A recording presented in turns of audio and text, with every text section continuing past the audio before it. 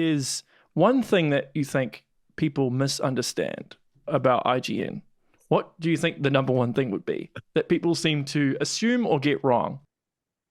I mean, look, there's on YouTube.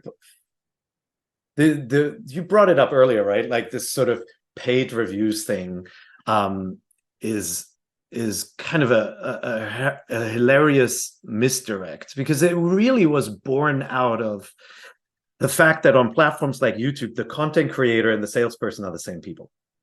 If you're a YouTuber and you make a huge video, you make more money.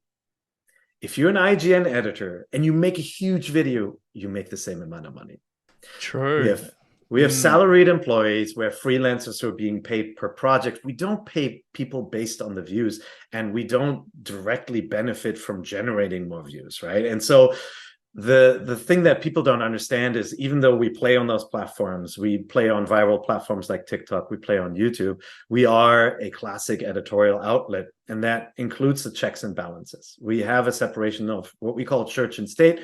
We don't know which one is editorial, whether it's church or it's the state, and which one is sales, but we separate those processes. And there's an editorial leader, and then there's a sales leader, and the two don't really meet in the sort of planning and processes, and keep things separate. And there's an understanding that if we don't like a game and we give it a bad score, that could have an impact on the advertising business, but that is the price of doing business in the editorial realm.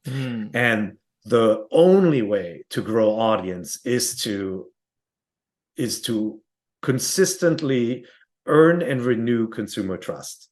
If you let it slip, if you remember the whole Gerstmann Gate thing with GameSpot, where honestly some idiot exec decided to fire someone because their voice was too incendiary, or people tie it to one review. I don't know exactly what happened there, but like somebody got fired over pissing off an advertiser. When something like that happens, it can have years of damage, and no outlet in their right mind would ever want that. And so the misperception that publishers exert a lot of pressure is just the one prevalent misconception that bugs me. It's very difficult to get around that, because the audience becomes an echo chamber. They tell each other, right? I see this all the time. It's like, we gave Call of Duty a less than stellar review this year, and then the comments are like, well, of course IGN would give it a less than stellar review because they're owned by Microsoft now, and IGN doesn't like Microsoft. I'm like, where's this even come from? Yeah. It got a less than stellar review because we didn't like the game this year. And we've demonstrated again and again, and obviously we just gave Hi-Fi Rush a 9, and it's nominated for Game of the Year. So obviously it's not that we don't like Xbox either. But it's that sort of, when the audience kind of runs with a conspiracy and then just kind of piles on. And then in some cases, YouTube influencers even amplify that and do the sort of thing that Tucker Carlson always does with, I'm just asking questions, you have to do more than just ask questions. You also have to understand how journalism works and what checks and balances are in place. We have, if you go to corp.ign.com on our corporate website, I know corporate, but it's where we house a lot of our documentation and our policies. And you can see our policies disclose how things work, how reviews are done, how reviews are assigned, what the numbers mean, what happens if a reviewer let's say a reviewer, a former IGN editor now works for a game publisher and is roommates with someone who covers the game. Like, what happens, right? And all the sort of checks and balances that we have in place to account for that, counter that, and make sure that our processes are separate and protected. But all of that documentation doesn't actually make it into the mainstream, right? People don't seek out that information. A lot of times they don't. It's easier to go like, all games media is paid for, right? Like, it's the easy explanation that if you didn't love a game that I absolutely love, it's easy to say that you're wrong because XYZ, than to just concede and say we have different tastes.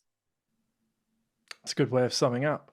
Yeah, look, it's a big topic. I could talk about that stuff for ages, but the takeaway, I don't want the takeaway to be that everyone is wrong and we're always right. It's like we can have a review, we can have a negative review of a game where maybe the majority of IGN editors goes, oh, I actually like that game a lot better.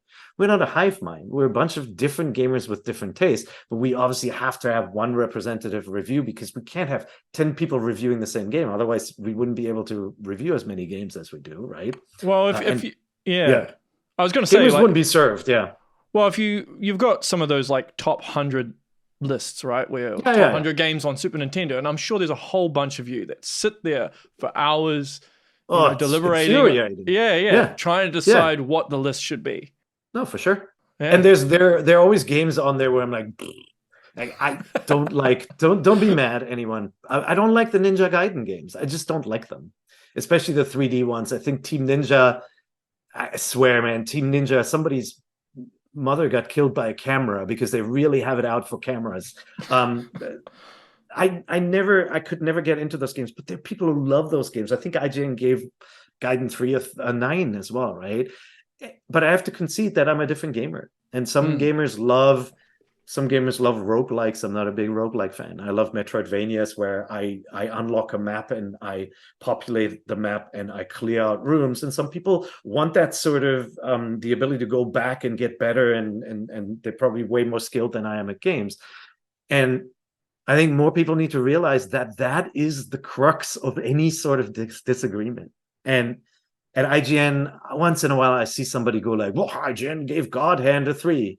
I'm like, Jesus, what was that? 1895? An editor who hasn't worked here for 20 years gave that game a bad review. As an editor, Mitchell loves God Hand, who works at IGN, right? That sort of realization that nothing is a hive mind, but obviously, in the interest of time, we put forward opinions by singular people. We also have op-eds with different viewpoints on different topics.